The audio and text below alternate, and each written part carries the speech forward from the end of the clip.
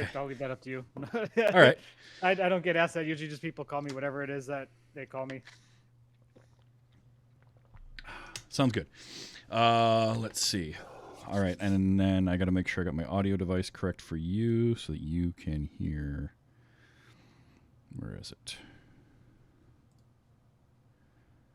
So you should be able to hear this. That is like drinking sweaty butter. All right, cool. That is good. Am I loud enough? Do I need to get closer, or how does it sound? Oh, you sound all right. Here, I can actually boost you just a. Well, let's see. Give me a quick level. Test. Yeah, you're good. Test. Okay. Yep, because then I'll do a little bit of post production on it anyway, so it'll even out. Because I normalize. Yeah, I've been playing with my gain a little bit here and there today, so I don't know. Gotcha. As long as it's loud enough to hear and it's clean, that's all I need, because I run a normalizing filter, like a loudness filter on it, and it brings my levels and your levels to the same spot. So if I'm a little louder than you or you're a little louder than me, it's not a huge deal as long as it's clean and not peaking, and you're not peaking, so you're good. Wow, my camera's really wide angle, huh? It's wider than mine. I am also only an arm's length away from my camera. So. Yeah. I think I must have bought like an actual wide angle view camera. The one I have at my office is probably more like yours. Well, this is a Canon DSLR actually. Oh. So I'm zoomed in a little bit on the lens. No. Bella's back there sleeping, doing her thing. She's worn out. She had friends over the last 2 days. Aw, look at those two. Yep, the one on the dark one's Gus and the white one's Brutus. Aw, yeah. Bella had 2 friends over yesterday, and then one over today, and yeah, she's worn out. And the one dog that came over yesterday, Cooper, it was my old roommate. He gets home and he's home for like 5 minutes, and he sends me a picture of Cooper on his dog bed. He's like, yeah, Cooper went right to his bed and laid down the second he got home. And about 4 hours later, I get another message from him. He's still sleeping in his bed. It's like, good. I can get all that energy out. All right. I think I'm ready to roll if you are. Yeah. Here goes nothing, I guess. It's going to be good. You sound good. Everything's great. If you've listened to the show, so you have a rough idea of how it goes. I mean, we're just going to... I'll run the intro. We'll talk until we're done talking. It just goes how it goes. So there's a lot in this movie to talk about, which is good. Yeah, there really is. So with that being said, we are going to get started in 3, 2, 1. You really think that people are going to be seduced by that? I think he knows what Rome is. Rome is the mob. You conjure magic for them and they'll be distracted. We take away their freedom and still they'll roar. The beating heart of Rome is not the marble of the Senate, it's the sand of the Colosseum. He'll bring them death, and they will love him for it. Okay, right off now. Let's go.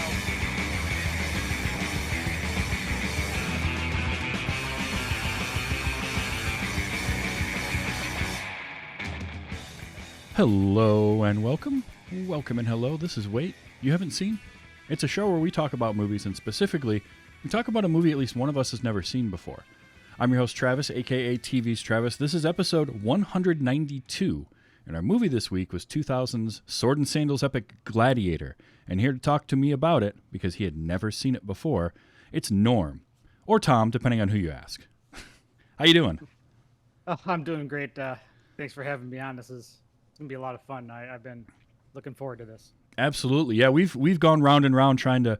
We talked a while back about it, and at the time you were real busy with some stuff at work, and so it was kind of a, well, let's put a pin in it, we'll come back to it, and finally you were like, hey, things have cleared up, you want to talk? I'm like, yeah, absolutely. And then you mentioned you hadn't seen Gladiator, and I was like, all right, well, that's the choice. It's the only choice. So how How familiar were you with Gladiator, and how is it that you didn't see this movie? I knew it was a movie that was set more or less in the Coliseum. I hadn't seen it. I would have been 20, 21 at the time. Mm-hmm. So I was in college full time, working full time. And to be honest, this kind of movie wasn't necessarily at the top of my list to see. Historical style movies, not necessarily my thing. Okay. I'm always down for a really long movie. I love Braveheart. I love Saving Private Ryan. I do like some historical stuff, but like Gladiator stuff normally isn't on my radar. Fair enough. It's definitely a long movie. It's 2.5 hours long. There is an extended cut that is $250, I think. I've actually never seen that before. I always forget that it exists until I hop on IMDb and I see like something talking about the extended cut, or if I watch, sometimes I'll watch YouTube like video essays where they'll break down movies. And there was one in particular that I saw recently that talked about Commodus, and we'll talk about him as a character and everything. And it was referencing scenes that were from that extended cut. And I'm like, wait a minute, I don't remember this scene, and I've seen this movie a number of times. So it's kind of funny. See, I saw this in a theater, but it wasn't your standard like multiplex. I saw it in 2000, but I saw it at the student free theater when I was going to college.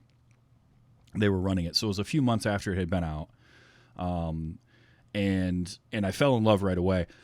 I don't flock to kind of Gladiator Roman era stuff. However, period pieces are always to me really interesting, because there's a look about them, and I know going into it that I'm not looking for historical, like, intense historical accuracy. And so I'm looking for a good story, which is what you get here. There are some anachronisms. There are some issues with accuracy on some of the stuff that goes on. But it's kind of like the Star Wars rule of, is there sound in space? Well, no, but it's going to be boring to watch a movie set in space with no sound. So we're going to have sound. And I'm fine with that. So I very much enjoy this movie. I also was a big, and still am a big, Ridley Scott fan of his films. And so this came out, and I was like, sure, yeah. And it's got the guy from Virtuosity in it. All right. I had seen LA Confidential. I like Russell Crowe. So I was all about that. So first question I have for you. You sat down, you watched all 2.5 hours of it. And twice. So I have a feeling I know what the answer is going to be to this, but did you like it? Yeah, it was actually good. It was it was better than, I guess I didn't really have any expectations, but it was better than what I thought it was going to be, considering the movie's 22 years old. Yep. I wasn't sure how the special effects were going to hold up. I didn't know if there's going to be a lot of like that crappy CGI that they tried to do late 90s, early 2000s. I'm glad that a lot of it was all that practical effect. Mm-hmm. Yeah, no, I enjoyed it. I don't know if I'll watch it again anytime soon. Like I make it a habit of watching Saving Private Ryan like probably once a year. Mm-hmm. This is not going to be on that list, but I'm not opposed to seeing it again. Sure. Okay. Now it did win 5 Oscars and a slew of awards. This was a big award-winning film. This won Best Picture. It got Russell Crowe a Best Actor.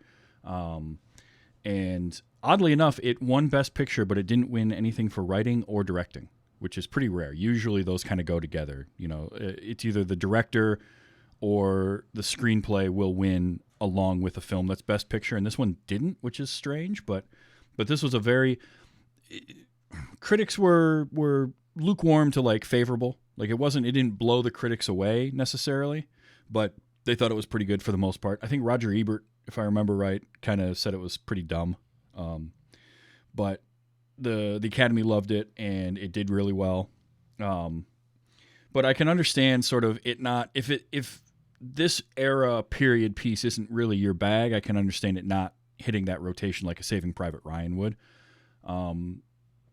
And for me, I don't watch it every year or every couple of years, but I've watched it several times because there's something about this very simple story of kind of vengeance and redemption from somebody who's, He doesn't want the power. He's given it. He's betrayed, left for dead, and he's going to get his revenge.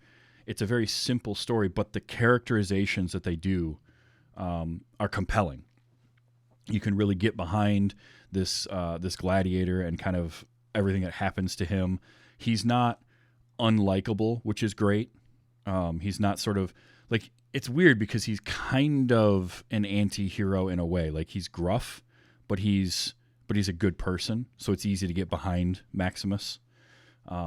It also helps. He has those. Oh, go ahead.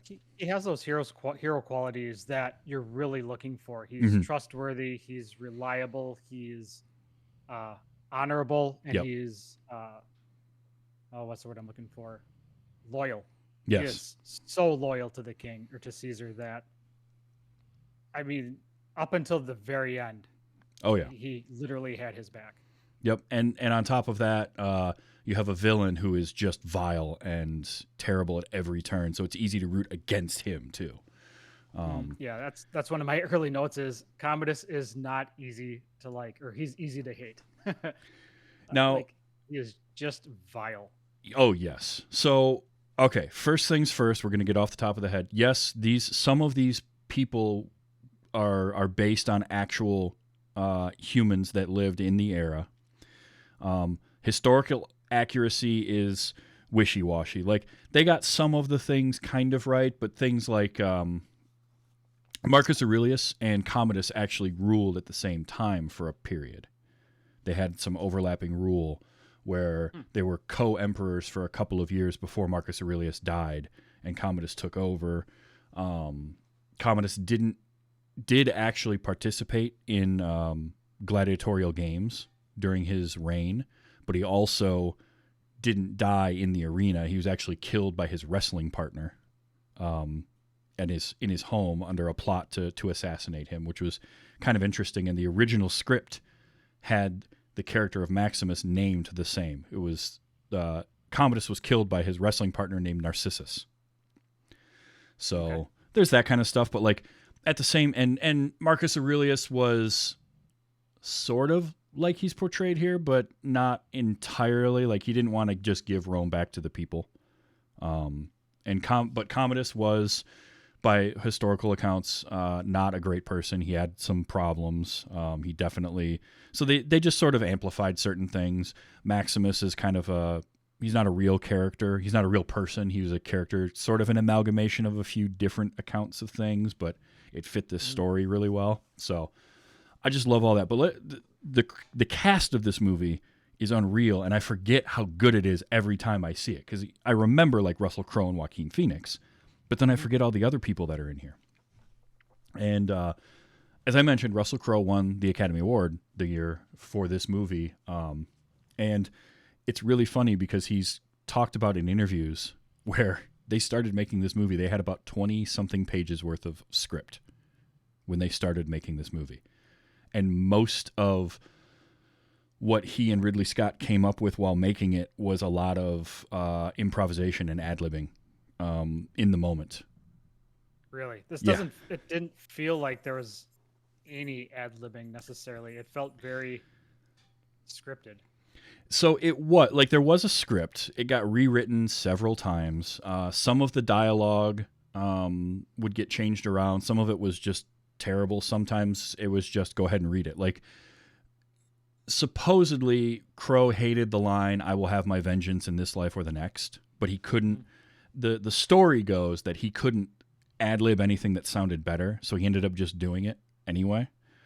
And that moment is so powerful in the movie that it works. Like, he brings that to it. But a lot of things. The other one I loved was he was telling a story about his first day on set, and they shot things in kind of a chronological order, which is odd for a movie. That's not a normal thing to do. You don't normally shoot scene 1 first and move on. You kind of, depending on how your scheduling is and what's available, you move things around. But the first day on set, he said, and I love this. This was a direct quote from him. He's like, "I'm on set. I'm dressed as a Roman soldier in full metal armor, so it's not comfortable. And Ridley Scott comes up to me, and the first thing he says is, 'Okay, so here's what we're going to do.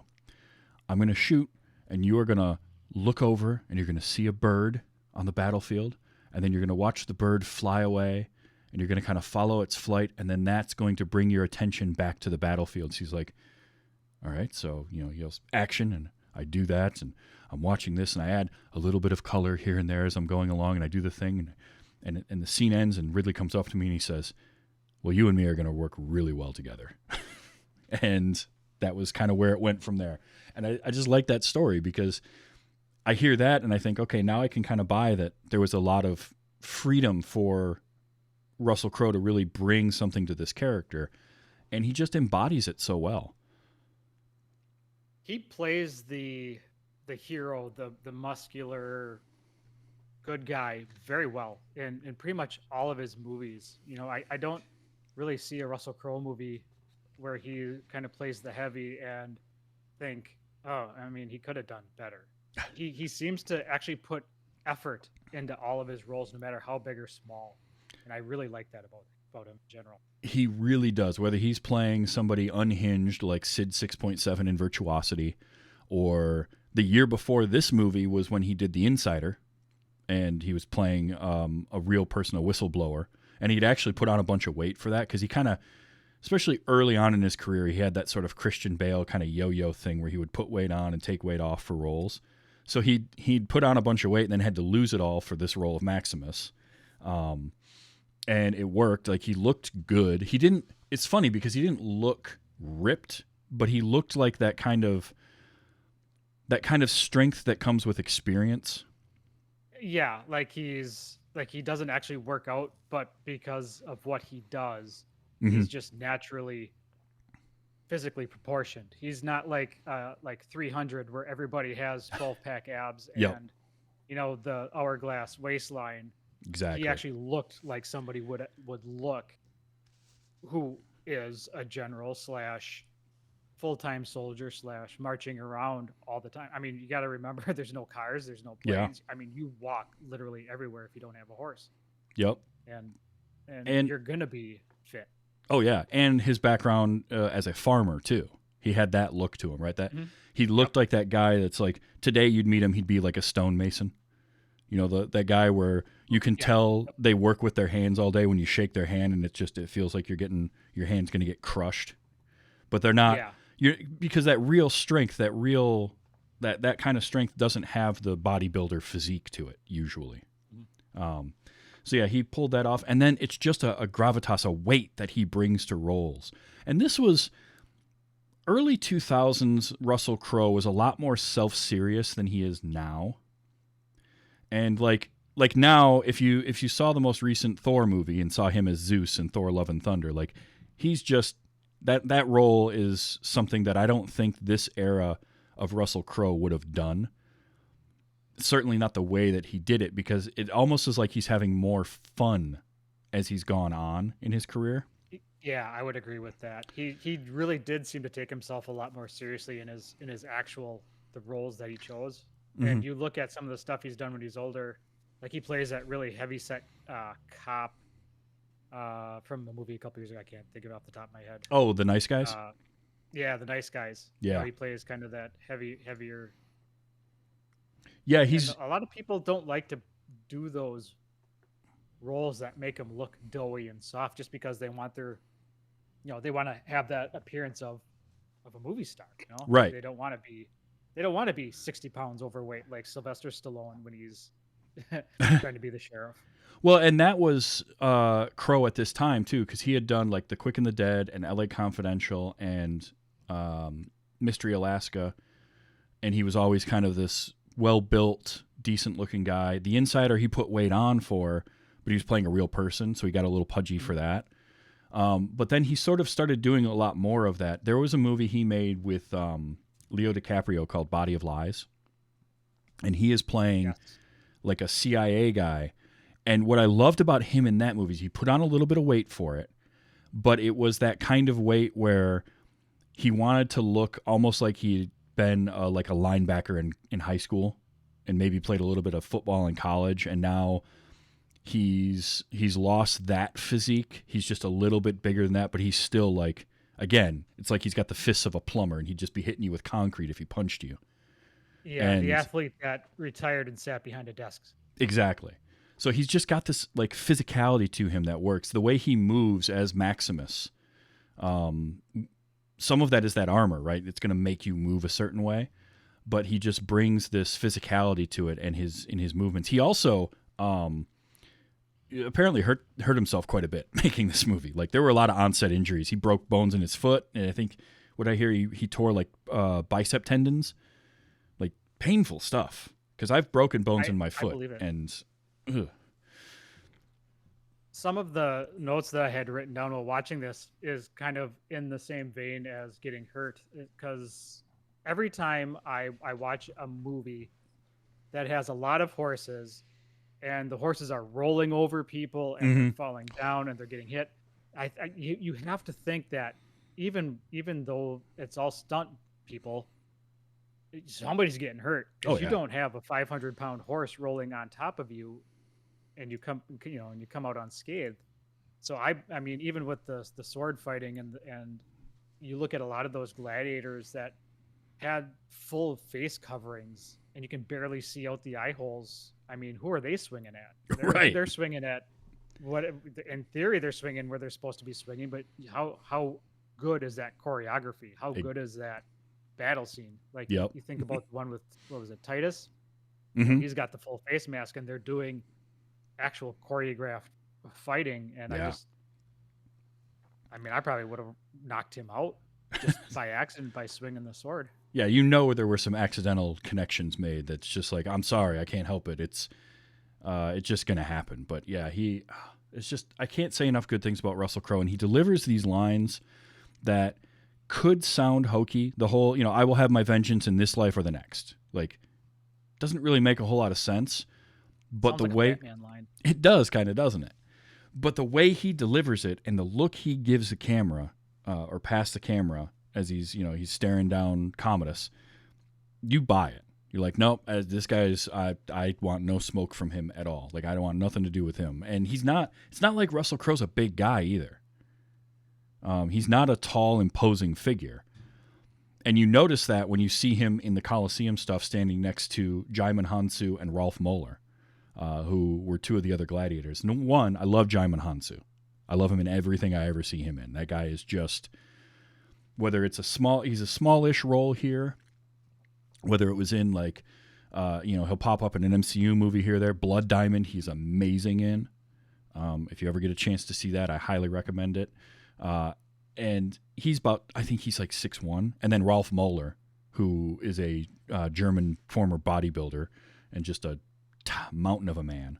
And he's like 6'5", and he's standing there, and he's so big, and he makes Russel Crowe look tiny because he's just standing. And he's bigger than Arnold. He's like kind of Lou Ferrigno sized. And then also you mentioned was it Tigris, who he fights, the guy with the full face mask. Oh, that was Tigris. Is that what it is? Yeah, Tigris. So I had issues with some of the audio in this. It was very low and very mumbly at times. So I actually thought they said Titus. Oh, yeah. So I was like, oh. That's real close. And so that's an easy one. It's he was Tigris. And he was played by Sven Ole Thorsen, who's another one of those kind of physical actors that will show up in he was in Mallrats as the mall security guy, and he pops up and stuff all the time. And he's great. I had to laugh.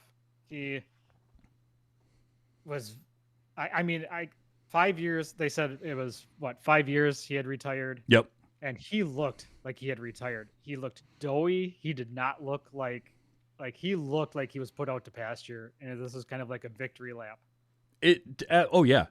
Totally was. And honestly, like, that works too. If you think about it, this guy who had spent his entire life probably or a big portion of his life as like a gladiator and fighting, and now he got to retire and not have to fight anymore. Yeah, you get soft. I mean, think of like a boxer that isn't Mike Tyson a few years after they retired. To mind for me was Ric Flair in wrestling. Like, there you go. 70 and still wrestling, and he comes out and you're like, oh, dude, put the shirt on. Yeah, it's your heyday of muscle is long gone. Yeah, no, doesn't work anymore. But those were just a couple of smaller characters in those gladiator scenes the few that kind of recurred, was in more than one battle scene, that are just great. Like those three, and that fight with Tigress was cool because here it is on the floor, and you'd mentioned you were hoping you wouldn't see a lot of the early 2000s, late 90s CG that can really date a movie, and they didn't do that. There's composite shots, blue screen stuff with the tigers, because you're not going to actually have a real tiger that close to your actor. Like no insurance company is going to let that happen. They did have, I think they had at least one tiger on the set for some shots, but they would always have a minimum of 15 feet of distance.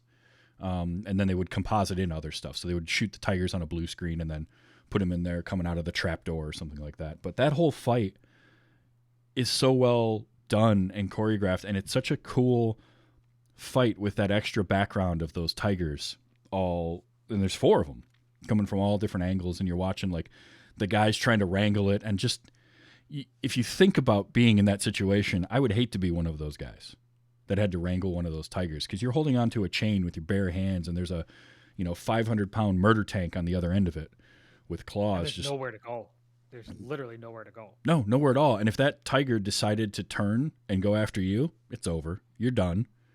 You're not getting out of that. So I really enjoyed that scene. That was it is a well choreographed fight too. It had, I liked the kind of storytelling of the fight itself and the way that things moved, because you could tell, even though Tigress was, as you said, he was the aging retired fighter, and he was a little bit doughier. He wasn't quite as sharp as he used to be. He still could fight, and he was definitely a match for Maximus. Maximus couldn't. After we had kind of seen Maximus become like almost mythical in his fighting ability over the course of some of these battle scenes, and now here he is in this, where it's like, nope, he's going toe to toe with somebody who can actually go toe to toe with him. So I liked that. Yeah, I mean, he still looked like a tank. He still obviously knew how to fight. Mm-hmm. It was just that, he probably didn't train appropriately for the battle. No, not at all. No, because he, like you said, victory lap. That's what he was going for. And he ended up getting stapled to the floor.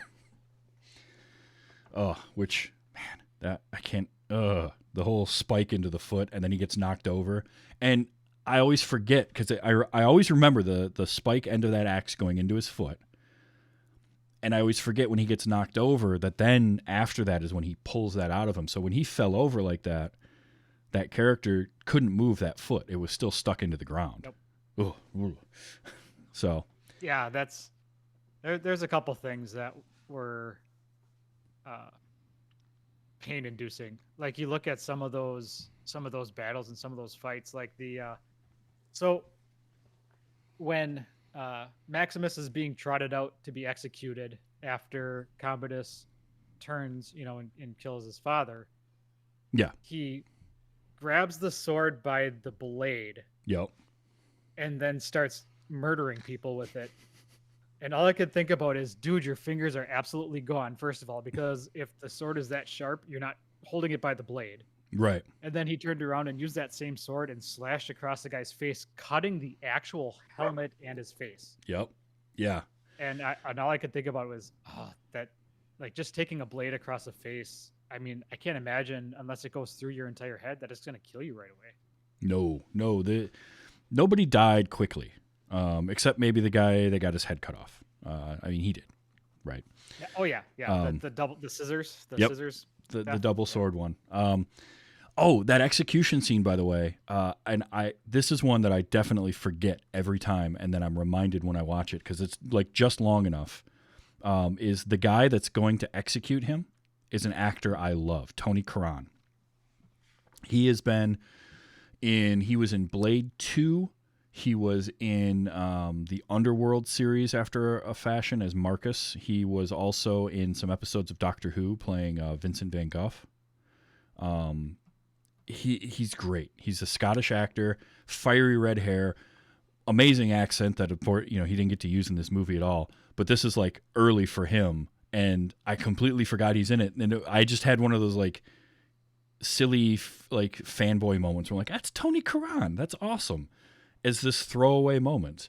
So yeah, I had to point that out because I love seeing actors in like early stage roles like that where here's a role where he doesn't get to speak at all, and just he got to be in that movie. So Yeah, I'm kind of the same way. I like watching older movies just because you see actors that at the time where nobodies are up and coming, yep. who are now like, just absolute, just sellers. Like they can't do any wrong. Yeah, I mean Tony Karan's got 121 acting credits. Holy crap! So like, dude works and does a lot of television stuff. He was in episodes of like The Flash, The Calling, SEAL Team, Ray Donovan for a while. He'd done voice work, all this kind of stuff, and here he is in this movie credited as Assassin Number 1. So, well, somebody's got to be assassin number 1. yeah, that's true. So I got a kick out of that. We haven't spoken about Joaquin Phoenix yet, and I feel like that's one we got to because his performance as Commodus is so incredibly good, and it's such a terrible character. Like, you just hate him from the moment you see him.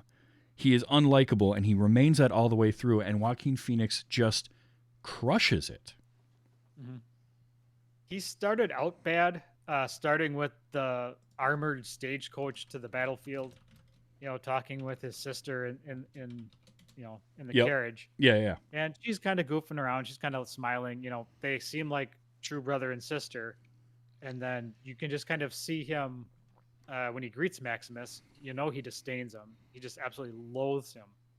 But he gives him a cheek, calls him brother. Mm-hmm. And then I really feel like after the moment he was told he's not going to be Emperor, Caesar, King, whatever, as soon as he's told that, he becomes instantly unhinged, kills his dad, and then for the rest of the movie, he's trying to, for the lack of better words, make it with his sister and just kill everybody. And I feel like it almost went to a drastic from a mid-leveling bad guy to Joker in one scene. Kind of, yeah. Yeah, you're not that far off. I mean, Commodus is definitely being portrayed as a character who has like this really skewed outlook on life and this like weird kind of need for affection or appreciation from his family and love of his family. And so he didn't get that from his father, and it's his feelings towards his sister are not reciprocated in the way that he thinks they should be.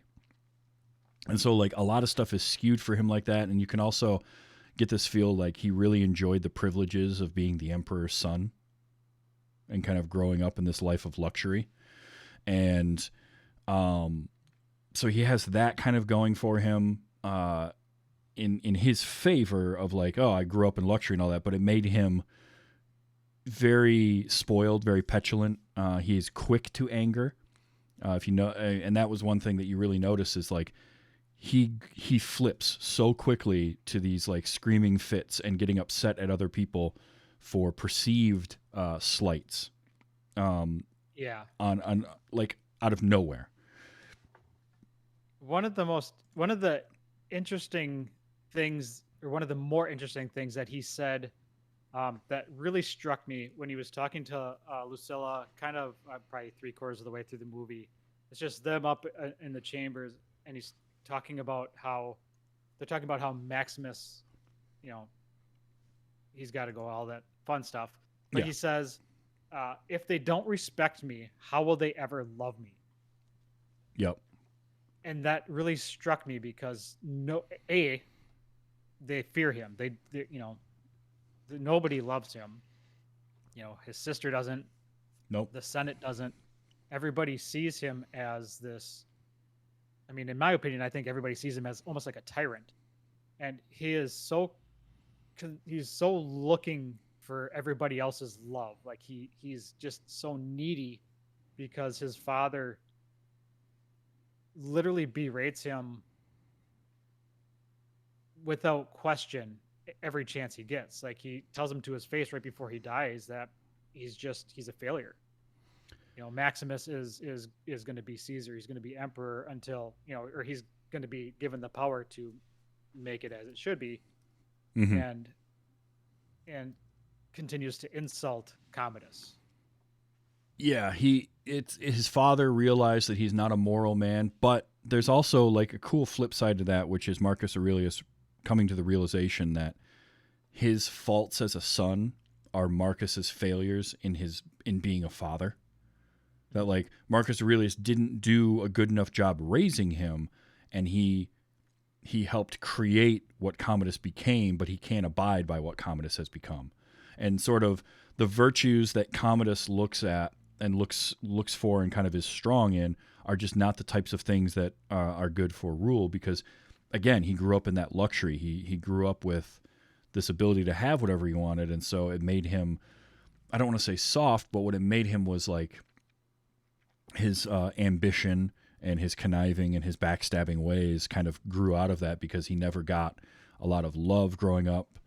And so, you know, he doesn't get that type of recognition. He looks for it in other places, and he learns how to do what he's doing now. He can read people very well, and that's one of the things that Commodus is great at, is he understands people, and by extension, he understands the general populace and what they need in order to satiate them. That's why he wants to. I mean, the first thing he says to his father is, I'm going to sacrifice 100 bulls in your honor, because it's that pomp and circumstance and that sort of pageantry that is a big thing for him. He's always dressed in his finements, and he's always kind of putting on that appearance, and that's sort of a normal thing for him. So it's like the pageantry of sacrificing 100 bulls or having the gladiatorial games, which it's only mentioned in passing, but Marcus Aurelius had kind of shut down the gladiators in Rome, and so Commodus, to honor his father, brings back the games that he had shut down, but Commodus knows that the people are going to love it. And it's that opening clip that I played where the senators are talking, and the one senator who has no love for Commodus whatsoever, he's like, but the boy is clever. I mean, he clearly knows how to get the will of the people, and keeping the will of the people, and by an extension, that Praetorian Guard and that army and those lower class help keep him in power, because now he becomes kind of put on a pedestal, and if something were to happen to him, the people might revolt. So it's pretty slick that way. I mean, he's not dumb at all, which I think makes him both more evil and more compelling, because it'd be easy if he was kind of a dumb or clueless type of character, but he's not. He's just bad.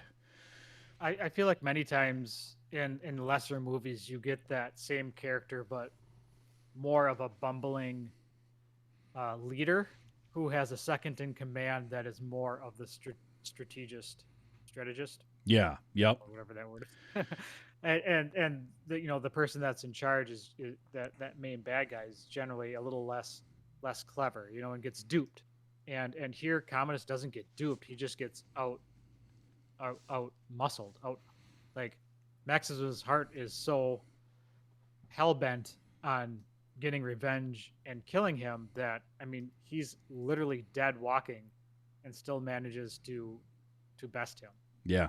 That's a good way to put it, though. You're right. A lot of times that this type of character are going to be sort of this, that sniveling, whiny character will end up somehow not having the power that we think they do. And in this case, like the easy way that could have been is the Senator Falco, the one that's always kind of in his ear and telling him stuff to do. He would be the real one, right? He'd be the one kind of moving all the chess pieces. And in this case, no, it's still Commodus. Falco is there, but Falco is like a yes man and sort of on his side and trying to get him to do, trying to help him to do the things he wants. But it's all Commodus. Commodus is running the show. And I like that because, again, it just makes him more compelling and it makes him a more interesting character, especially opposed to Maximus. and that part of Commodus's um, personality is really portrayed and set in place when he is back in the gathering place for the senators, and he's got the sword and he's spinning the sword. And he's spinning the sword. He really at that moment takes charge over everything. Like it is now his game. It is Yep. now his. It is his world, and everybody else is just a player in it. Yeah. And that I think that scene really conveyed that he commanded the attention of everybody, whether it was through respect, but mostly fear. hmm I think that scene really got that point. Yeah, and he was never afraid to make threats either to anybody. It didn't matter who it was, which again is not something like normally. Again, those kind of whiny, that character that has those moments like he had right after that scene where he's whining and complaining to Lucilla about how the senators don't respect him and they don't love him and all this kind of stuff. But this is coming off the heels of him basically telling Senator Gracchus, like, shut up or I'm going to give you the plague, essentially. Like, Yep. you shut your mouth or I will kill you type of thing. And it's this open threat on the Senate floor. And so it's like, yeah, he's got these two sides to him. He's afraid of the dark, but he is going to put all the pieces in motion. And it's great. And there's a reason why it's hard to say he should have won the Oscar for Best Supporting Actor, because that year, 2000, so this was the 2001 Academy Awards for the 2000 year. And here were the nominees that year. So you had Joaquin Phoenix for this movie, Albert Finney for Aaron Brockovich, Willem Dafoe for Shadow of the Vampire, Jeff Bridges for The Contender, and Benicio del Toro for Traffic. And Benicio del Toro ended up winning for Traffic. That's a really good. I saw Traffic, I've seen The Contender, I've seen Shadow of the Vampire. Brockovich is the only one I haven't seen, but it's Albert Finney, so there's no way that he was bad in that at all. No, it was actually a good movie, I thought. So that's a hell of a slew of actors for Phoenix, and he wasn't a newcomer by any stretch, but he didn't have at that time kind of the weight that he has now. He was still relatively early in sort of his real career, kind of taking hold, and to be up for a Best Supporting Actor at that point is pretty impressive. Yeah, and I'll be honest, I'll watch Joaquin Phoenix in anything he does. I adore him as an actor. I think he's another one, kind of like Russell Crowe, who puts everything he has into his character. Yep. And I think he's only, as a lot of actors do, with more experience and more time and age, I think he is doing, I don't know what you thought about his Joker, but I loved it. That movie, I thought he went all in. He is amazing in it. That movie can be rough because it's such a downer of a movie to watch. It's a mental kick. Yeah. It's not easy subject matter. It's like, and I mentioned this a couple of years ago when I saw Monster for the first time. Charlize Theron in Monster is phenomenal. She earned her Academy Award.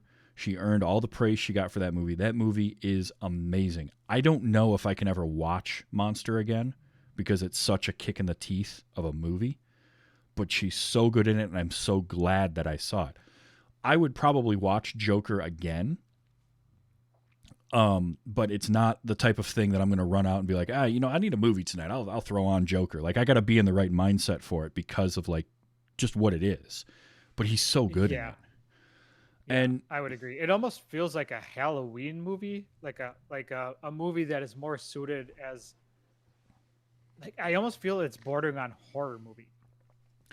It's that psychological stuff that they do in it, and the unreliable narrator, and the fact that everything's being told from his point of view. So you're not entirely sure how much of it is real versus how much of it is what he remembers and wants to remember. And it fits the character perfectly. I really think it does. For those that didn't like it, I get it. I completely do. And a lot of people took the wrong messages from it. That happens all the time in movies, whether it's Joker or Fight Club or name your movie. There's somebody that's misinterpreted something. But it's very, very well done and very compelling, and his performance is good in it.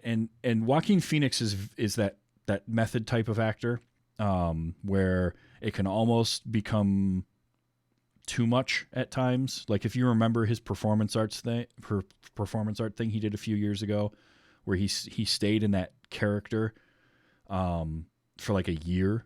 He grew the big beard. They did like him and Casey Affleck did that fake documentary or whatever. Yeah. Yep. Where he pretended to lose his mind. Yeah, exactly. Like it's dedication. Don't get me wrong, but at the same time, like, man, I feel like that would get tiring to be around that type of a person all the time. I don't know. It's hard to say. I don't know Joaquin Phoenix enough. I know that when I see him on film, he's compelling, and I'll watch him in just about anything because he's always bringing something to the table. Whether it's Gladiator, 8mm is a movie I remember him in where he was playing. I think his character's name was like Johnny California. He's great in that. The movie is probably one of my favorites with him. Yeah, he's very good in that. Gibson, like he is great in that. The movie itself, I flip-flop on, but he's good in it. You mentioned Joker, but he's one of those actors that just always brings something. It's like Russell Crowe. Russell Crowe always brings something. And Crowe is also kind of method, but not quite, I don't feel like to the level that Phoenix can get. Because I did hear... Yeah, it's like he leaves it at the office and doesn't take it home with him. Yeah. Like I did hear some stories from the making of Joker where he wanted to do some of the fight choreography improv'd because he felt like that would be more like what his character would do. And I heard that and I'm just thinking like, no, you don't do that because that's how people get hurt. Like, yeah. The only time I've ever heard of any kind of a fight scene where there was improvisation done was a Donnie Yen movie. But it was Donnie Yen and his sparring partner that were going to improv a fight where they had it blocked out to know what they wanted to do, but they weren't going to choreograph the whole thing. They would just kind of spar and go from there. That is fine because that's just two people and they both know what they're getting into. But this is an untrained stunt performer in Joaquin Phoenix bringing that to a movie with your stunt performers. I was like, okay, that's getting close to like crossing that line of like now your method acting is affecting other people. It's dangerous. Yes. I mean, it's so easy to break an arm or a leg, or if you punch somebody the wrong way and it hits them in the neck is different than hitting them in the shoulder or the head. Yep. It's like, you just don't know. But, I mean, just he's great in that. The Master is another performance of his. And this one, I mean, this is a phenomenal performance out of Joaquin Phoenix. I really liked him as Commodus. Mm-hmm. I really feel like Commodus would have been, I don't know if scarier is the right word, more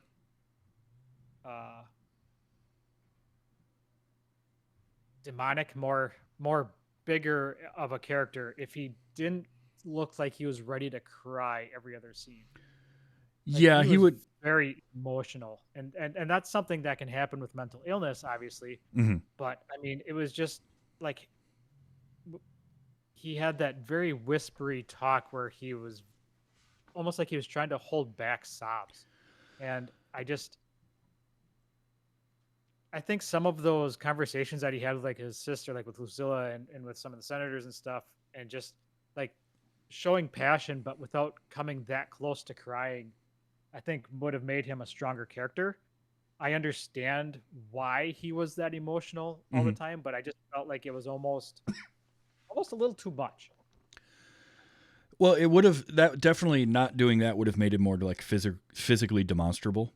But I do think that part of what it was that worked, pardon me, is his character. If you notice, he's always got like real dark circles around his eyes.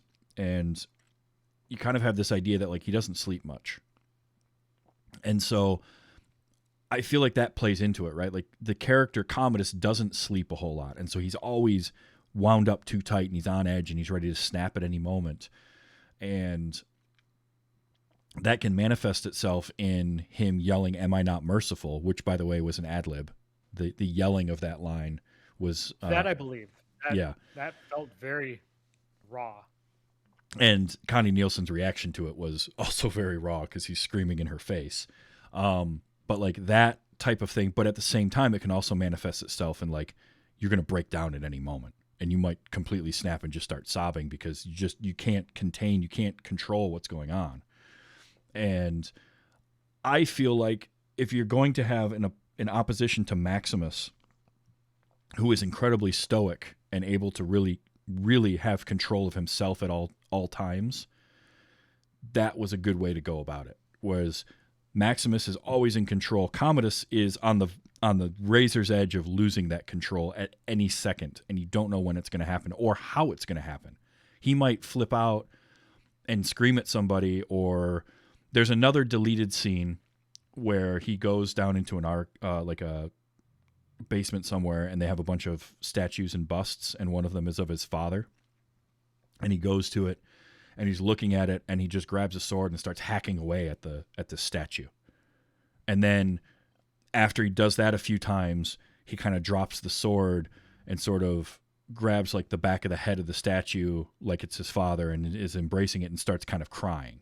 And it's that same thing where he's teetering on that edge of like, you don't know what he's going to do at any moment. He might start crying, but in the middle of crying, he might pull a knife and try to stab you. And that's what made him scary for me, was that just never quite knowing what's going to happen moment to moment. Yeah, and that makes sense. I mean, it does. It makes him more unhinged, less in control, which is, I mean, I guess ultimately what his character was. You know, and maybe it wouldn't have worked if he wasn't on that brink half the time. And I feel like the most powerful aspect of that, you know, kind of going back on myself, the most powerful aspect of that hysteria is when he is yelling at his sister, you know, "Am I not merciful?" Because he's talking about stealing her son and putting her out and killing her if she even so much as looks at him again, you know. And it's like, first of all, that's not merciful. That's not even close to merciful. But also B, you know, that really shows that he really went off the deep end, because in theory, she is the person that he loves the most. Yeah. And I think, and that kind of, when you were talking about him not sleeping, I didn't notice the bags under, you know, the dark circles under his eyes, but that would explain when he is getting really touchy-feely with Lucilla, where he kind of lays her on the bed and he lays next to her. Like, I don't know if she dosed him or what, but he was out like a light. Yeah. Like, he literally within 3 seconds was just flatline sleeping. Yep. And I thought that was very, very weird, because I don't know anybody that would just fall asleep like that. But if you're comfortable, you haven't slept in 3, 4, 5, 6, 7 days, you lay down with the person that you're comfortable with. Yep. You're done. Yep. You're out. Exhaustion. Yeah, and that unhinged nature and that question of like what he's going to do from moment to moment also makes all of his interactions with Lucius that much more kind of frightening, right? Because he looks at the boy, which is his nephew, and he looks at him with a bit of reverence, and he likes the kid, and there's that moment where he's watching him sleep that is just, it's like, it's creepy because he's watching him, but he's watching him sleep, and it's not in a creepy fashion where, like, you know, he's gonna like pedophile type thing. It's not that. It's just this, like, this kid has the love and the affection that I don't, and, you know, he kind of envies him a little bit for that. And then later on, when he's messing around with him and they start sword fighting, and when Lucius says, you know, "I'm Maximus, the savior of Rome," and there's that split second where you think, oh no, is he going to kill this kid? Like, just for saying that. Like, you don't know. And that's what makes Commodus such a scary character, is like nobody's safe at any point around him. I honestly think that if Lucius hadn't been related to him and it was just a random kid Oh, that 100%. he was joking around with, that kid would have been on a skewer Mm-hmm. right quick. Yeah. I think the only reason he doesn't flip out on him is because it is his nephew, and I feel like he is very fatherly, like he has taken on the father role of Lucius Yeah. inadvertently, and kind Well, that's of what he wants to. asserts himself. Yeah, he wants that, and he wants that admiration from someone. And so he didn't get it from his dad. He's not getting it from his sister. Maybe he'll get it from his nephew if he can kind of take him under his wing a little bit. And then, they're having a good time chatting when Lucilla shows back up. And that scene where he does the whole busy little bee speech, that is such a chilling scene where he's holding eye contact with her the whole time. Meanwhile, you got Lucius sitting there like, what's going on here? Like that kid acted so well in that scene, because he's watching his mom slowly breaking down, and he's seeing his uncle who's telling this story, but he's done talking to the kid. Like at that point, Commodus doesn't even realize that kid is still sitting there. He is just staring a hole through his sister and telling her that he knows what she has been up to, and he is going to put a stop to it. And it's such a chilling moment in performance. That's what got him, in my opinion, the nomination for Best Supporting Actor, is that scene. He's just so good in that.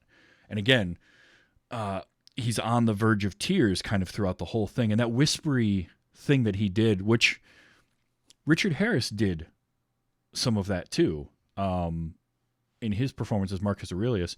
Now, he did it because he was an old man who was dying.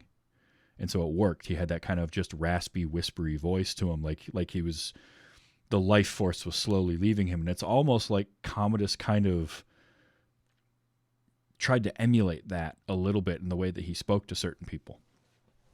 Again, still trying to get his father's favor, even after his father had died. And Richard Harris, we haven't really talked about a whole lot, but I love him in this. I like Marcus Aurelius in those opening scenes so much, and it's all Richard Harris. And this was pre Harry Potter, so he wasn't Dumbledore yet.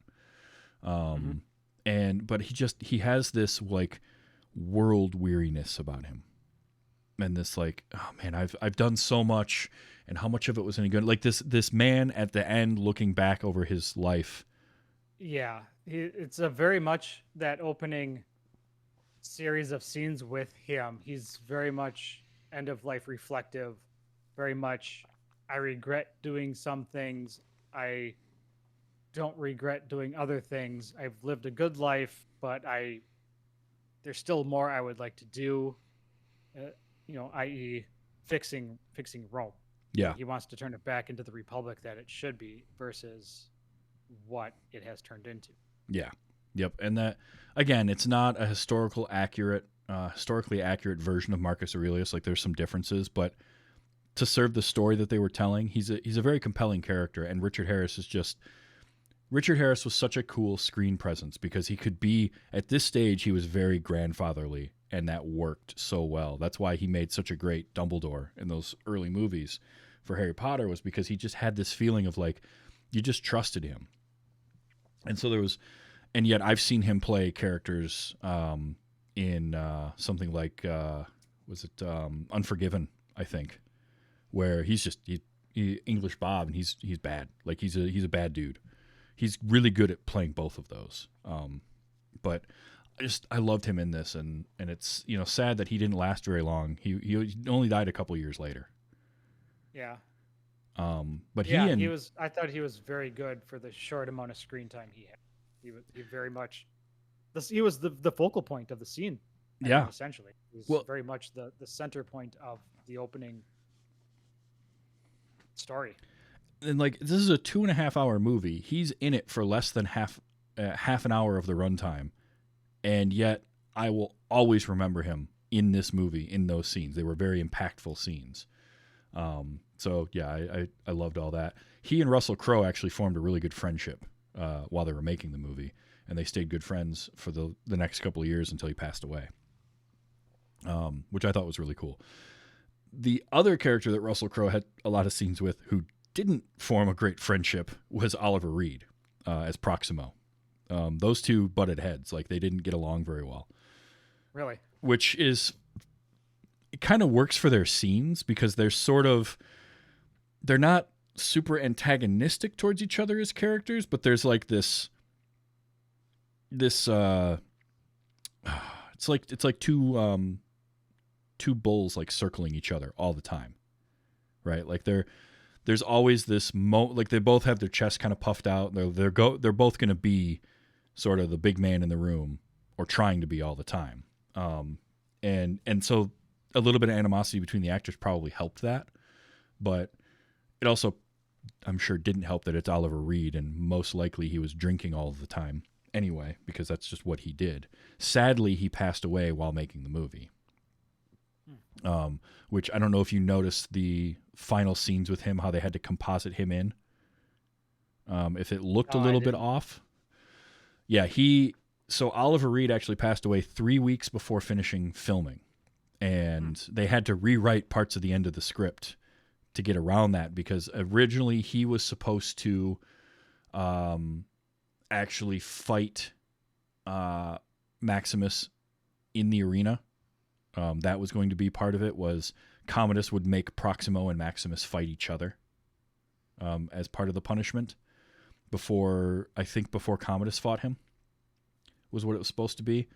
Also, the very end where Juba, Jaimon Hansu, buries the little figurines, that was originally going to be Proximo doing that. Oh.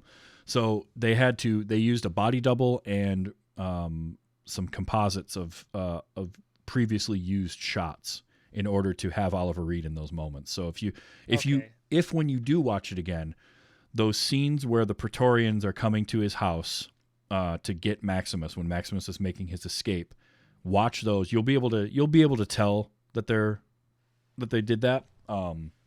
But it worked really well. Like, they did a great job of hiding it without overdoing the CG stuff. Yeah, I didn't notice. And to be honest, I thought it was very weird that he stood there holding his freedom sword while 6 people stabbed him in the back. And that would make sense if that's a body double, because he can't turn around and fight because he's literally dead. Yeah. Yeah, they definitely had to make some changes to that. And it's unfortunate because, like, Oliver Reed is another one of those actors who's just like a presence. Like, Proximo is a great presence in the first 3/4 of this movie. And when you know that Oliver Reed passed away while filming it, it kind of makes sense why he just sort of disappears. And they kill him at the end. Because he had more, there was more for him to do. I had to laugh when Maximus was there in chains and they're, picking out who to sell.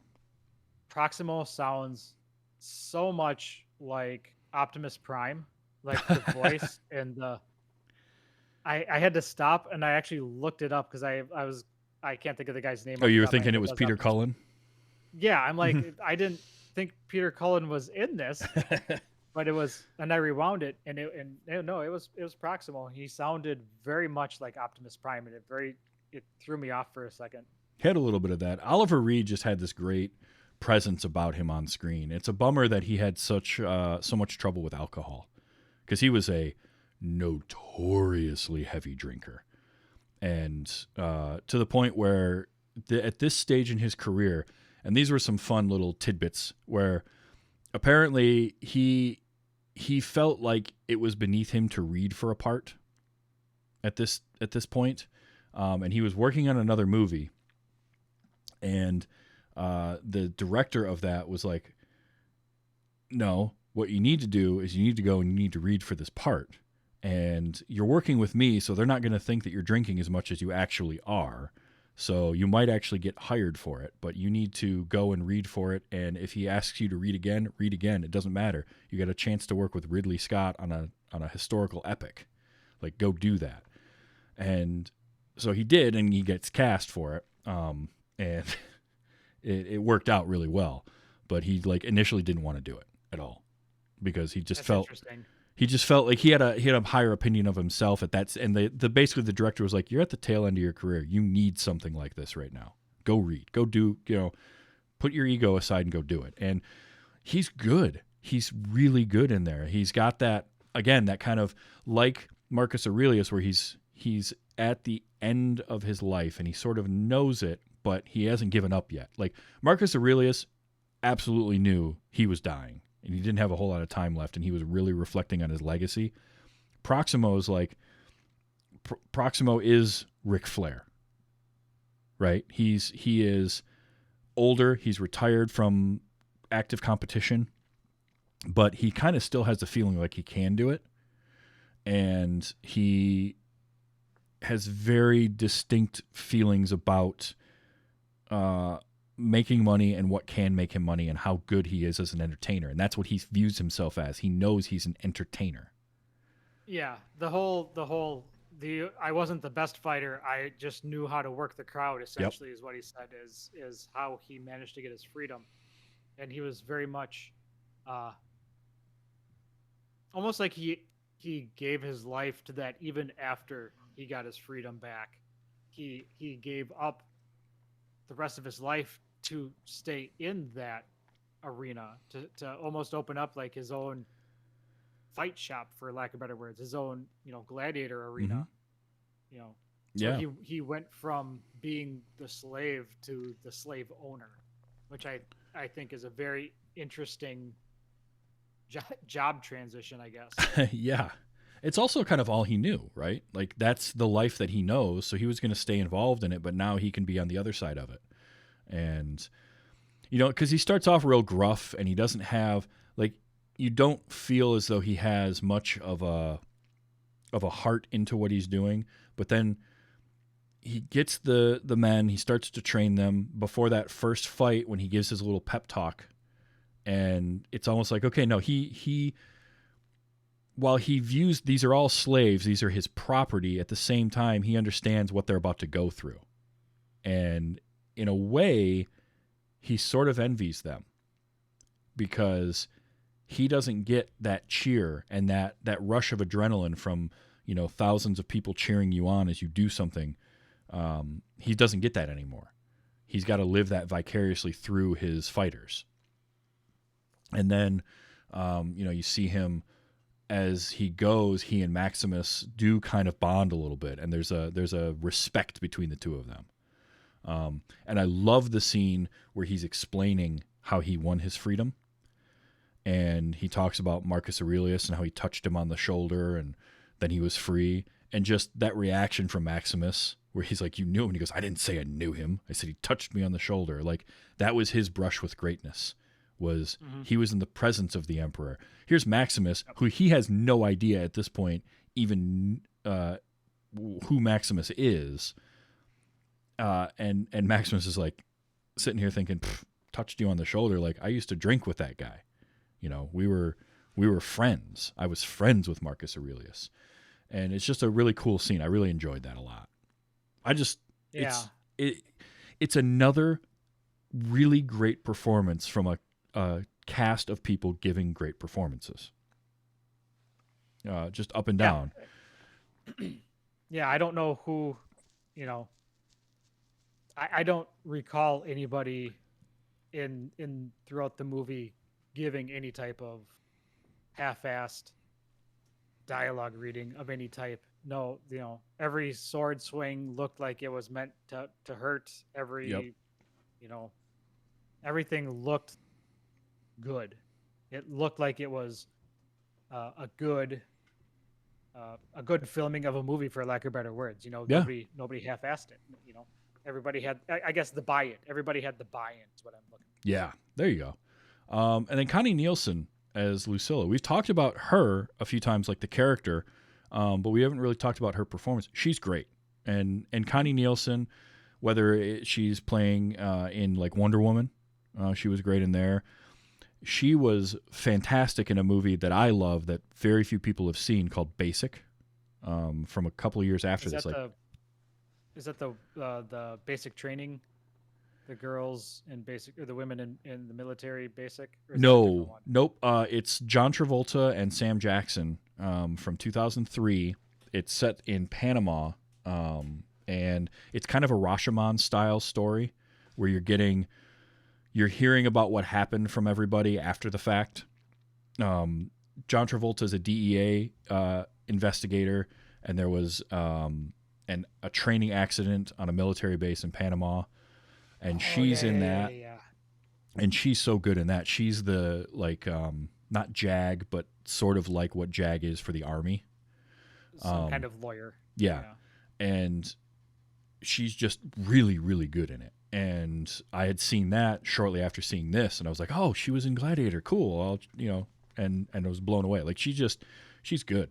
She's really good. And apparently was a source of historical information on the movie because she's a history buff. So I thought that was kind of neat. But she was very compelling.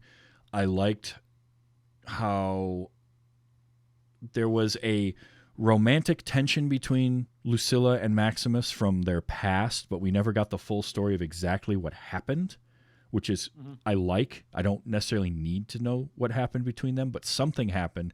They were close once and they're not anymore, but there isn't there's no vitriol between them necessarily. It's Maximus almost like is...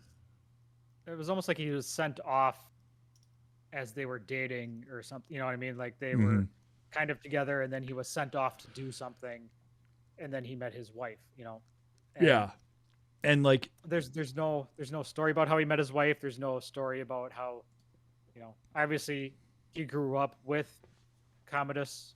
Yep. And Marcus and that whole family, obviously, because they refer to him as family and brothers, and I am your father, and so having that connection with her growing up and then becoming adults would make sense. Yeah. But what happens when he left? How did he meet his wife?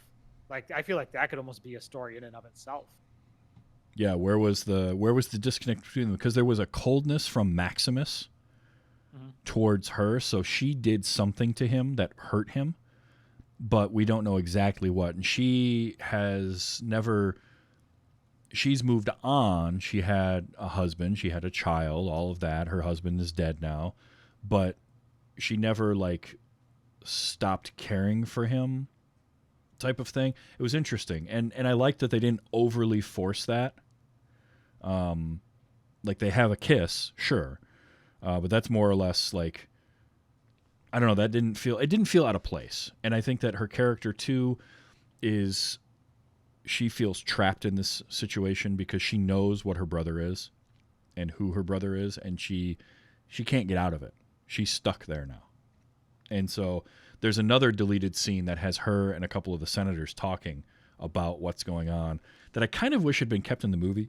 Only they sort of end up reusing parts of it in other scenes, but there's a conversation going on where the senators are kind of saying well, he's not really doing anything wrong yet. He's just sort of a dick and nobody likes him, but the people like him. And she's like, yeah, but he started selling the grain reserves. Because they say, how is he financing? How is he paying for these games? These games are expensive. And she goes, oh, he's selling the grain reserves. The people love the games now, but they're going to be starving in 2 years, type of thing.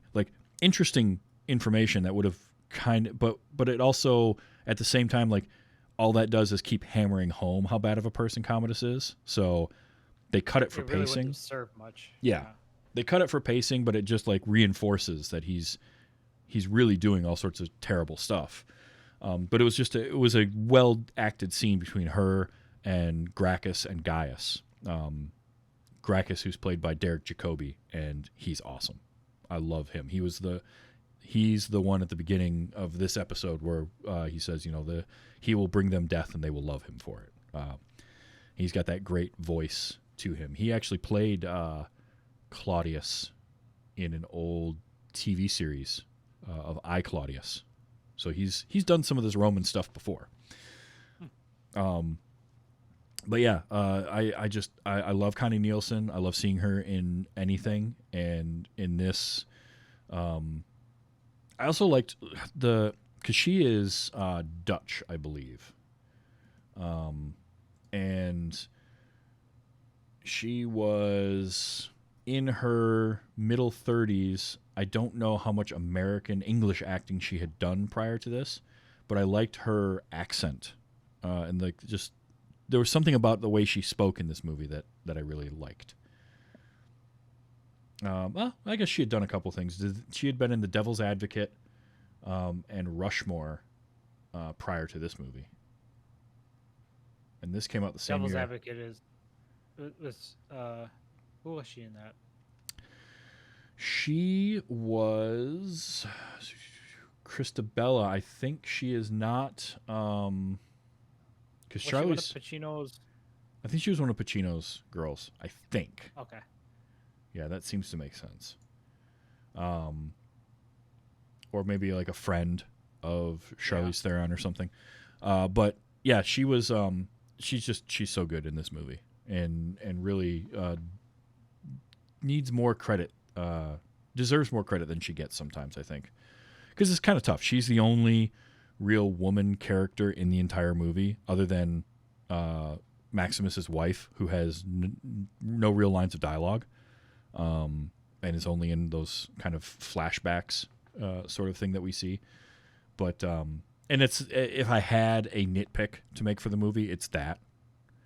At the same time, it makes sense given the era that they're doing this in and the type of political intrigue that's going on.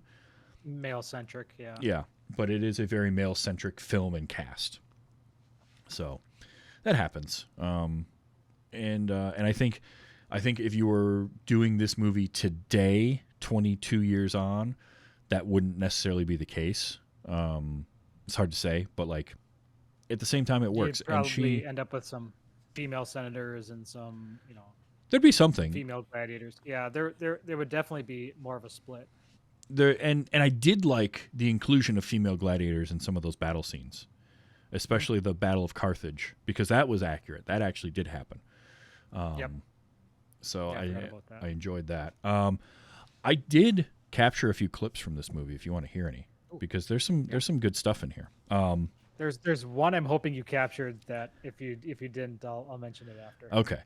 So first one I'm going to play is actually from a small role. It's Cicero, which is Maximus's like kind of almost like a page in medieval times or assistant or something like that. And he's only in a couple of scenes, but he's played by the wonderful Tommy Flanagan, who I love in everything I ever see him in, and he has a very distinct look because he has a Glasgow smile. He was mugged, and his scars are still left, but he has, and it's one of the few lines he has in the movie, and I just always liked it because it's just a very poignant line. And this is when Maximus has come back from his meeting with Marcus Aurelius, and he's got the weight of what Marcus Aurelius had just told him, like that he wants him to take over as essentially as the Caesar, and he's carrying this weight, and he's talking to Cicero, and this shows you how much he trusts Cicero to talk to him about this stuff at all. And he asks him, like, do you find it hard sometimes to do your duty? And his response is, sometimes I do what I want to do. The rest of the time, I do what I have to. like, it's such a simple line, but there's something just compelling about it for me. I really, really liked that. Yeah. Let's see. Oh, this was more Derek Jacobi talking about trust. Marcus Aurelius trusted you. His daughter trusts you. I will trust you. He's just got a great voice. He really does. I love hearing that. And that is a good line. He's like, look, because he doesn't fully believe in Maximus. The Senator Gracchus, just because Gracchus is part of Rome and Maximus isn't. And he knows that all of this, but at the same time, he's just like, all right, these people that I believe in and trust you, so I will extend you that same thing. Yeah, it's like if the Caesar and his daughter can trust you, then who am I to not? Exactly. It's kind of that I'll trust you until I can. This was one from early on in the movie. This is the character of, and we didn't mention him, but Quintus, played by Thomas Arana, who's the other general. And this is right before the fight in Germania in the opening of the movie. People should know when they're conquered. I was like, yeah, well, that's a good line from him that makes sense. Before The follow-up line is even just as good. Oh, yeah. Would you know? Would I know? Yeah, exactly. I love that. One thing I haven't mentioned yet, and before I play some more clips, I want to mention is the cinematography for this film and the cinematographer who was, where I got his name here, John Matheson was the director of photography. I loved how the opening of the movie, it's that kind of dawn blue hue going on, and how all those scenes outside of Rome are kind of set in that sort of a light. And then Like a dreaming death steed. yeah, and everything's got that blue hint to it, and then when they get to Rome and everything that's taking place in Rome, all the colors become very warm, and it's all yellows and golds and sepia tones, and it follows on from that line that Maximus has where he talks about Rome being the light and how the rest of the world is dark. And it was just one of those things. It's a subtle thing that you almost don't realize you're seeing it, but like everything that takes place in Rome is these bright, or not bright, but warm tones. And the things taking place outside of that tend to be cooler, bluer tones. And I just thought that was really cool. And I wanted to make sure and mention that. And John Matheson, who has done a bunch of Ridley Scott films and a lot of work himself, I thought his cinematography was great in this. I thought between the lighting stuff and then some of the things they would do in the action sequences with changing the shutter angles and giving a more kind of strobe staccato feel to some things, I thought really worked because it made that action feel like you can make action feel more frenetic without having to do shaky cam. And they were able to use like locked off cameras or smoother camera movements, but give you that frenetic feel to some of those fights too. It didn't have to be done handheld. So, and like he went on to be the cinematographer on Logan. So, you know, he knows his stuff. That movie is beautiful. So yeah, I wanted to mention that. And that was that wonderful line, people should know when they're conquered. Sure thing, Quintus. Sure thing. I got one from Jaimin Hansu, and it's right at the end of the movie when he's burying the little figurines, and he just says, I will see you again. But not yet. I love that.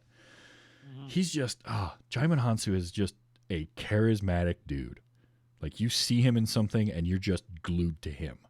For me, anyway. I am. There's just something about him. His smile always feels so genuine.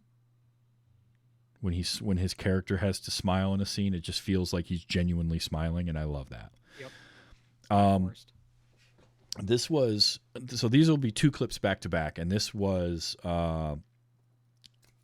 Commodus and Maximus talking to each other. So I'll play the first one, and then I'll play the second one. Do you think I'm afraid? It's a good delivery. And then Maximus comes right back with, I think you've been afraid all your life. like, that's good. Because And it's accurate. it's accurate, and then the reaction from Joaquin Phoenix to that line is perfect, because he has that look of like, you're not wrong, and I hate that you're not wrong about that. It's so good. Let's see, what are some other ones? Oh, I got a few Richard Harris clips. These are good ones. I just love the way he says this. You can only whisper it. Whisper it. It's just good. I liked that. Whisper the whisper. Yep. When he's talking to Lucilla, which that was a cool introduction where he comes into the tent and he sees her kind of spying on everything. Like, she's not allowed to be out mingling. And his look towards her when he says, you know, and it's the product of the time where he's like, if only you'd been born a man, the Caesar you would have made. And it's that he favors her over Commodus, but unfortunately, the politics of the time, there's no way he could have her succeed him. But then when she comes over, I just love this line.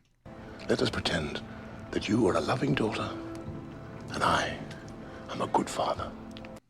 It's like, see, that's that grandfatherly, that fatherly thing that you just want to like Richard Harris in this role. Yeah, and it sounds like a lot of regret in that too. Absolutely. Which dovetails into this one where he's talking to Commodus. Your false as a son is my failure as a father. Like that's a man that regrets things that happened in his life. And he's looking back at it, realizing he should have made some decisions differently. And taking responsibility. Mm-hmm. And then this is a great one because this is the Caesar. This is the Emperor of Rome talking to his general as he gets onto his horse. So much for the glory of Rome. So much for the glory of Rome. As they're finishing up a battle, they've just won a major battle. And that's because the shot right before that is him looking over the battle, and there's that shot of him where he kind of, he's overseeing the battle, and you can see the weight lifting off of his shoulders, like, okay, this is done, finally. And I just love that line, the so much for the glory of Rome. Okay, I got a few more, though. We're not done yet. We got some Proximo. This isn't Proximo. This is the guy that was selling stuff to Proximo, who... That actor, I have to remember his name. He was in, I had to look it up. He was in The Mummy with Yes. Brendan Fraser. He was the hangman. Yes, and that bugged me for about 20 minutes until I finally looked it up. Omid Jalili, I believe is how it's pronounced, is the slave trader. He's awesome. He's just great. And I just loved this when they're walking over and Proximo's asking him about the slaves. Some are good for fighting, others for dying. You need both, I think. Like, that's the guy that knows his job right there. That's somebody who's been doing this trading thing for a long time. I love you need both, I think. And he's just, again, he's got that great voice. And then a couple Proximo lines. This is like put this in a movie trailer. Gladiators, I salute you. I salute you. That's that moment. That's that thing where he almost wishes he was going out there to fight. He doesn't. Like, he knows better and he doesn't want to go out there, but he almost wishes he could be the one doing it. He misses it. Yes. And then... We mortals are but shadows and dust. I just like that. That's just a cool, like, kind of... just phrase. We mortals are but shadows and dust, which they used again. They actually used that exact shot again at the end when he's dying, which I thought was kind of funny. Like, literally, you can see the people in the background of that shot. So it sort of, it works out because they've got the body double and the people walking up to him, and then they cut to a shot of him looking up at Maximus walking up the ramp. It's like, wait a minute, I've seen this one already. You'll notice it when and if you ever watch it again. You'll see that part. And then a few Maximus lines because he had a lot. Now, this was an odd movie to clip, like sound clips for, because a lot of stuff is very protracted and they're kind of longer bits, and it's sort of they're not snappy one-liners or anything like that, but there's some good stuff here. This one. At my signal, unleash hell. I mean, come on. Straight to the point. Yep, that's good. I love this when he's talking to the Felix Guard, the Felix Regiment, when they're in the woods. And this is before he talks about being in Elysium, and if you find yourself riding in green fields, you're in Elysium and you're already dead, which was great. But before that was this one. What we doing live? Echoes in eternity. I like that. I like that a lot. Pardon me. When he is talking to Connie Nielsen, and she asks him if he hates her, something along those lines. I think he had said something to do with her comfort with lying. And I loved this response from him. I think you have a talent for survival. Because she definitely has a talent for survival. And her character really knew how to do that. Like, had she had the morality of her brother, her ruthlessness could have known no bounds. Like, she was a good person, but she had the capability to be a horrendously bad person had she fallen, like her brother did. Yep. I love this. This just sounds mean. The frost. Sometimes it makes the blade stick.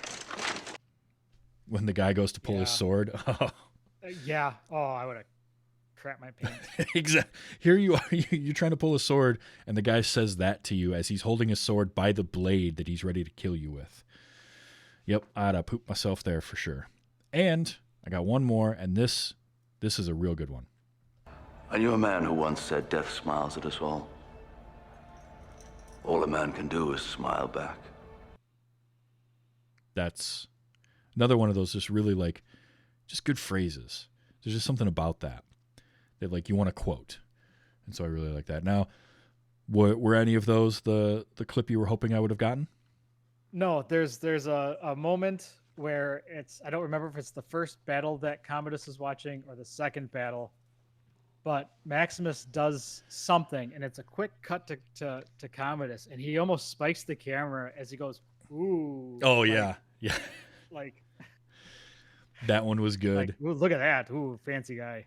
I also liked the moment where he's like, "My history's a little bit rusty, but shouldn't the barbarians have lost?" Yep. And all that stuff in the Colosseum was great because they had to recreate digitally a lot of the Colosseum to work with stuff. And it's just like this was the first time you really ever saw on screen what the Colosseum would have looked like or could have looked like at that time. And that shot where they're coming out for the Battle of Carthage, and it's that 360 pan and you see the whole thing. That's all CG in the background. It doesn't look like it. That's really well done. Mm-hmm. And just imagining being in that place and seeing that and realizing they don't have amplification, and that guy where his spot was, you could hear him all throughout the Colosseum. The dude with the huge eyebrows. Yep, the fake hair. Yeah. Yep. White guy. And but he just his voice would the acoustics were such that you could hear him all throughout there without amplification, which is just crazy to think about that they had that 2,000 plus years ago. Yeah. The only other thought I had of the Colosseum was it also made me chuckle because as before the event is starting, you have that chariot or this wagon that's kind of going around the inside, and people are handing out loaves of bread to the populace. Yep. And all I could think of was they didn't have t-shirt cannons. Like that it like even at games back then, they're like that's like the equivalent of a t-shirt cannon handing bread out and throwing bread up into the crowd. If it really is. If this were a parody movie, they would have had a little like bread trebuchet, a little catapult, and they would have been launching it into the crowd instead of just tossing it. But yeah, I love it was just so cool. They made Rome feel like a real place. It never, even though it's, mostly sound stages, right? And like all of that. And yeah, the streets were all kind of sand covered, which they really would have had paver stones throughout Rome and all. But like Rome felt real in here. I love shots where you see like just a random dude juggling on the street and next to a street vendor or just outside of a cafe or something like that. And just all of the background and the stuff that was going on made it feel like a real place. And the Colosseum was no different because of exactly that, to have the concession cart wandering around just chucking bread into the crowd. Mm-hmm. So this is a really well-made, fun, interesting epic of a movie. It is. Again, it's not historically accurate, much like a lot of your historical dramas aren't. Braveheart isn't. They all are going to take some dramatic license because you're trying to tell a good story. what you want is it to at least kind of sort of feel like, for instance, in this movie, they do the thumbs up, thumbs down thing. And historical accuracy would be that if you're going to let the gladiators live, it's thumbs down. And at the time, thumbs up would have been like a sword move, like kill them. Whereas thumbs down is sort of lay down your arms, leave them alone. But the filmmakers were like, yeah, but that's just going to confuse people. They're not going to, it's too much to try and explain that in the movie. So just make it be something that they're going to latch onto immediately. They don't have to think about it. So especially at that time, made more sense to do it that way. So like things like that I give, I know that Marcus Aurelius was a real emperor, but this isn't exactly what he was like. Or Commodus was a real emperor, but this isn't exactly what he was like. However, the real Commodus was similar in some ways. He did definitely lead to a lot of the downfall of the Western Roman Empire, which this movie, kind of shows you. So it's certainly worth watching. I'm glad you finally got to see it. Yeah, me too. It's always kind of been on the back burner for movies. Like there were times I could have watched it and then I just watched something else. Well, now you've watched it, so you can always watch it again sometime if you feel like it. But it's now no longer oh man, that's that movie I should watch that people tell me is really good. Now you can say, yeah, I've seen that. It's good. I liked it. Yeah, and I'm glad I did. Excellent. Well, thank you so much for being here. This is a ton of fun. Now, you got some things that you do on the internet. You want to tell people where they can find that, what it is? Yeah, sure. I do a podcast on Sunday mornings at 8:30 a.m. Central Time. It's called Two Nerds, One Quest. We put it into a podcast. Do it on twitch.tv/TomMNorm. That's where we do that. I write books. I have a couple books out there on Amazon. And I dawdle with making Dungeons and Dragons battle maps for virtual tabletops. Nice. I do that a little bit as well. You can find pretty much all my stuff over at schaffencreative.com. So that's SCHAFFEN creative.com. And all my links and podcasts and stuff are there. That's awesome. My life. Schaffencreative.com. Definitely check that out. If you need maps, which I'll have to look at some of those because I'm always up for looking for new battle maps. So that's great. So this show records live Sunday nights, 8 p.m. Eastern Time at twitch.tv/tvstravis. Comes out in podcast form on Wednesdays, anywhere you get your podcasts. Or you can go to tvstravis.com is the easiest way to find it. All your links there for getting it in Apple Podcasts, Google, your favorite podcatcher. There's also a spot you can go if you want to buy merchandise or if you want to support this show through Patreon. You can go through the website or patreon.com/WYHS as little as $1 an episode. And you can support the show, get stuff new earlier than most people do, as well as new and exclusive content that'll be coming out at some point, and Discord access, stuff that only patrons can get on Discord. So that as well. But that is where you can find me. So next week I am watching what was it? Oh, The Quick and the Dead. We're going to do another Russel Crowe movie. Tim Wilson, a.k.a. J-Dimes, is coming back. I haven't talked to him on the show for a little over, it's been almost 2 years now. He's never seen The Quick and the Dead, and I love Sam Raimi movies, and this is one of his that I haven't seen for a while, but I have seen it. And you got your Gene Hackman, Russell Crowe, Sharon Stone, all sorts of good people in this. Fun Western from Sam Raimi. So I can't wait for that. That's going to be a lot of fun. That's next week. And we're coming up on the holiday season, so I got to find some holiday movies, some good ones for that. And we're closing in on 200 episodes. This is 192, so we're only 8 episodes away from the big number 200. So stay tuned for that. I got working on some things I want to try and do for that episode. So, Norm, thank you for being here. This was super fun. I'm glad we finally worked it out and we got you here. And you're welcome back anytime. We'll find another movie that you haven't seen, or maybe something that you love you can bring to me that I haven't seen before.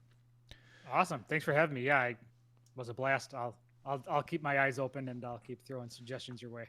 Excellent. Until next week and The Quick and the Dead, just remember to enjoy your movies and be excellent to each other. This has been Wait You Haven't Seen.